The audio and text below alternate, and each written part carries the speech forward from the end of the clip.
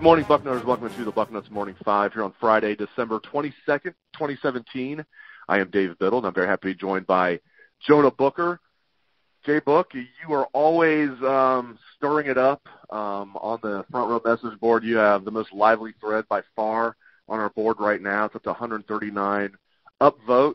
175 total people have voted on this. You have a few downvotes, but the vast majority are with you here. And your position is, you've noticed an attitude change with the program. And when Urban Meyer first came in, there's all this, I want an angry football team, a bunch of caged animals. And you feel like it's, obviously they're not soft now, but just defend your position. Talk about your position on that.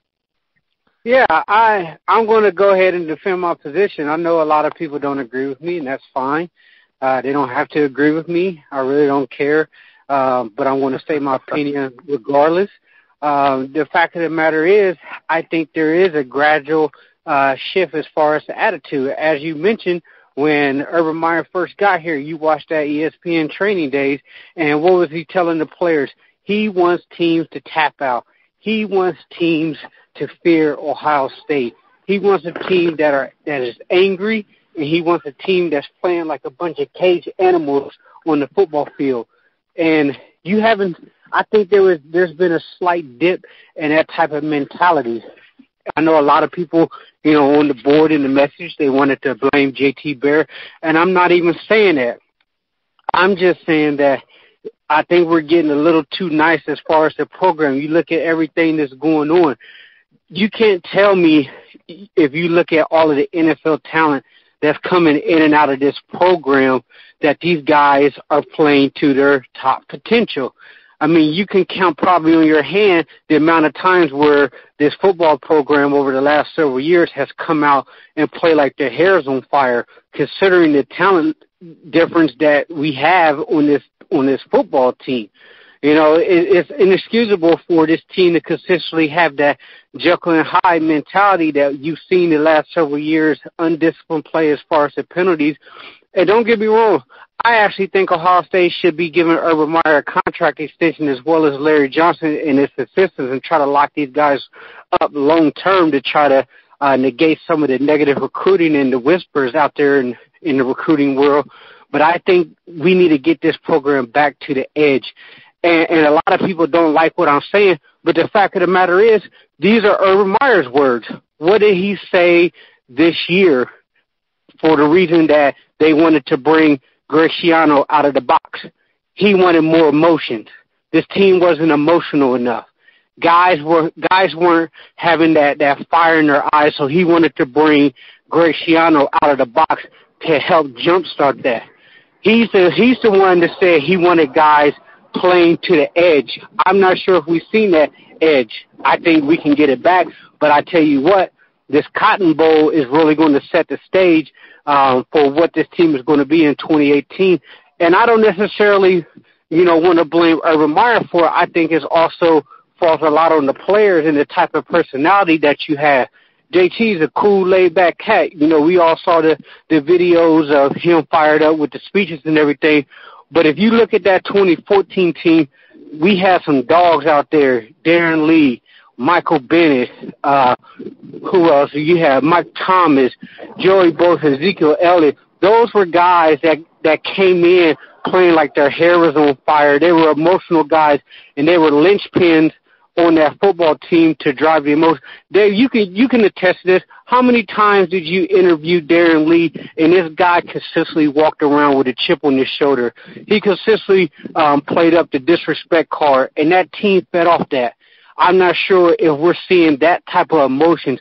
So when I made that post, that's what I'm trying to get at, is we need to get this team back to the edge. If you combine the talent that this football team has and you get them playing with emotional football to where they feel like they're disrespected out here, which in my opinion a lot of people are disrespecting this football team, if they can combine that with an attitude, there's no stopping this football team.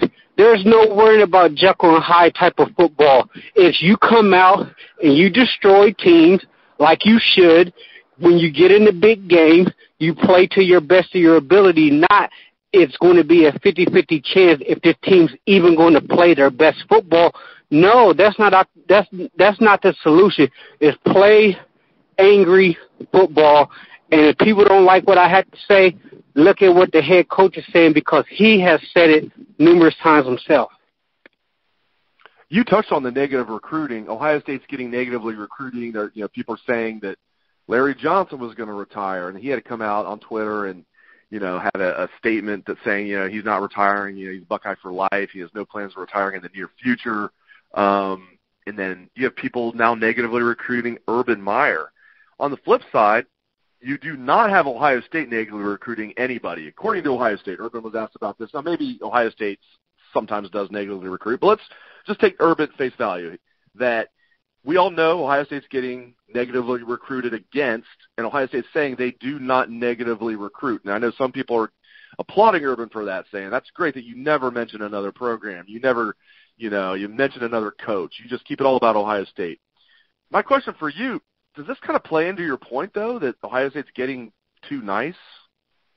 I mean, it plays into the point, but you also have to look at, what you want to be known as a program. I mean, obviously, it's running pretty wild out here right now, and I can tell you it's been going on for a long time. It's just now being made public by a lot of the recruits. And I'm not necessarily saying that Urban and staff needs to negatively recruit out there, but these are things you have to ward off ahead of time. This shouldn't be a factor. To me, it's weak. A team that has to negatively recruit another school tells me about their insecurity. You should be selling your own program. You should be selling your own product, not trying to make up issues with 17 and 16-year-old kids stating that coaches are going to retire when it's not even true. I mean, it's just a weird dynamic, and it's funny that it's coming out so public right now. And we've had on the message board in the boarding house that several teams that the staff feels like they've been heavily negatively recruited by, and they're just not going to get in the mud with those type of programs. Well, let me interject real quick. I mean, I hear what you're saying. I agree with it. And I think there are exceptions, though. If Clemson's going to negatively recruit Ohio State, I don't want Ohio State to lie. I agree with you there. I tell you what, though, I mean, all is fair in love, war, and recruiting. If you're going to negatively recruit Ohio State, you're Clemson, how is Ohio State not telling recruits, Dabo's going to jump at the Alabama job first chance he gets? How long do you think Saban's going to be there? That's what I'm talking about. I think Ohio State needs to do that. I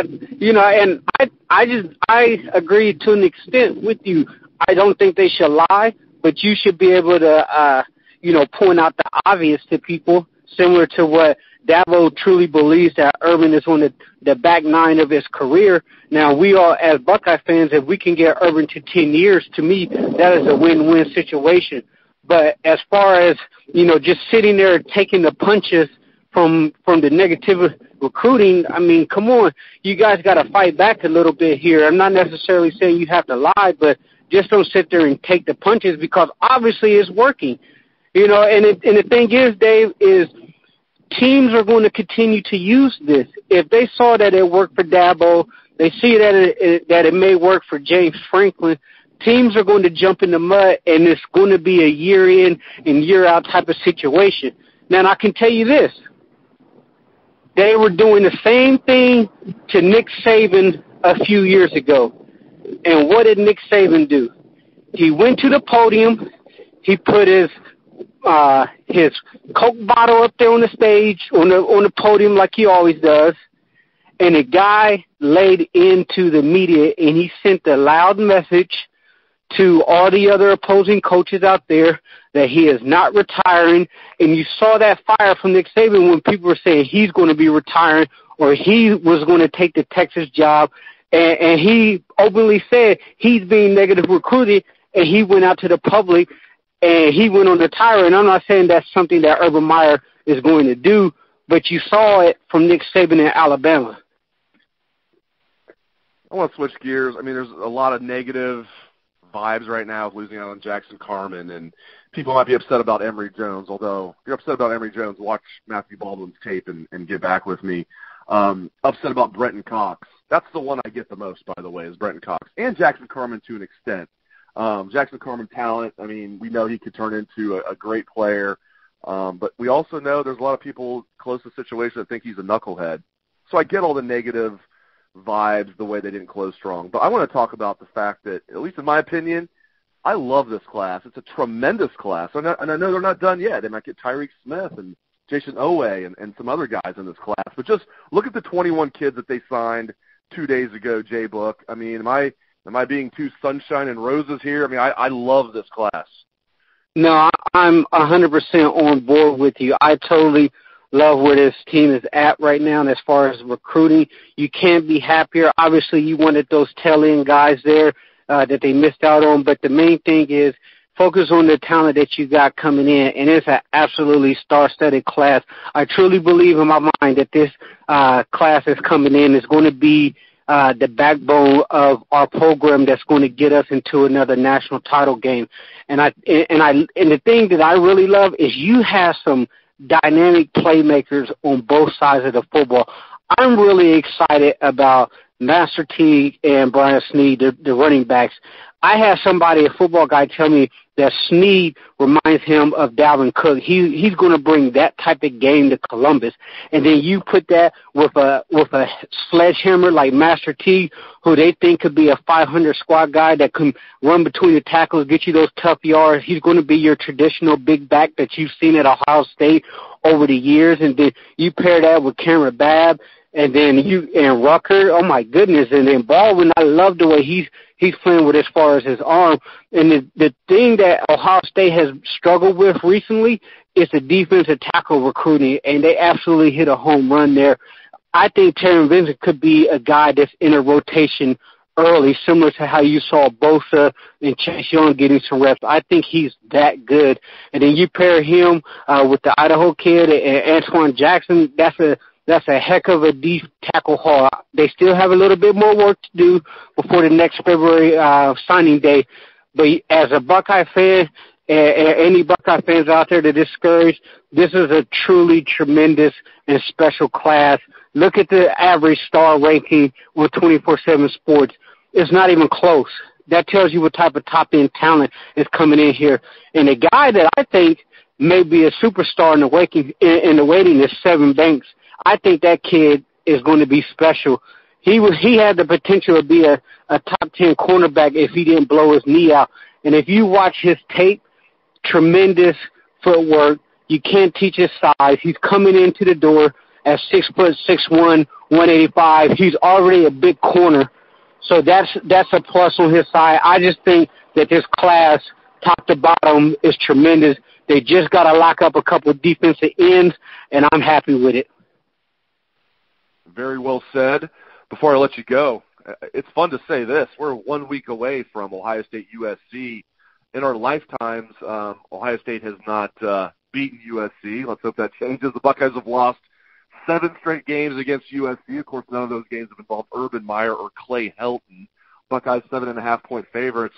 Again, I just love saying we're a week away from football. Your thoughts on this matchup? In case I don't talk to you next week, I'll be down in Dallas. Hopefully we have a chance to get you on the show next week. But just in case I don't, give me your prediction on this game and just what do you think is going to happen? Yeah, I think Ohio State, they're going to come out as an angry football team. It's going to be a tremendous game. I think it's going to be a high-scoring affair because USC is absolutely going to sling the ball around with their NFL quarterback. They had their running back. He's a day 2 NFL guy, so he's going to be someone to keep an eye on. And I'm excited for this game for the simple fact that Ohio State is going to go out there, and I truly believe it plays some good football. Last time we get to see J.T. Barrett in the Buckeye with the Buckeye leaves on his helmet, so I'm going to miss that. But at the same time, I'm just so fired up for this football game. I have Ohio State winning this game in a shootout, 38-31. Buckeyes cover the spread. I would love it. Just beat USC. It's about time they get it done. JBook always gets it done. Thank you very much, Jonah Booker. You can read his column every week on Bucknuts. It is Outside Columbus. So thank you very much, JBook. And thank you to everybody out there for tuning into the show. I hope you have a great day, a great weekend. And Merry Christmas. Happy holidays, everybody. Really appreciate you joining us here on the Bucknuts Morning 5. Take it away, best damn band in the land.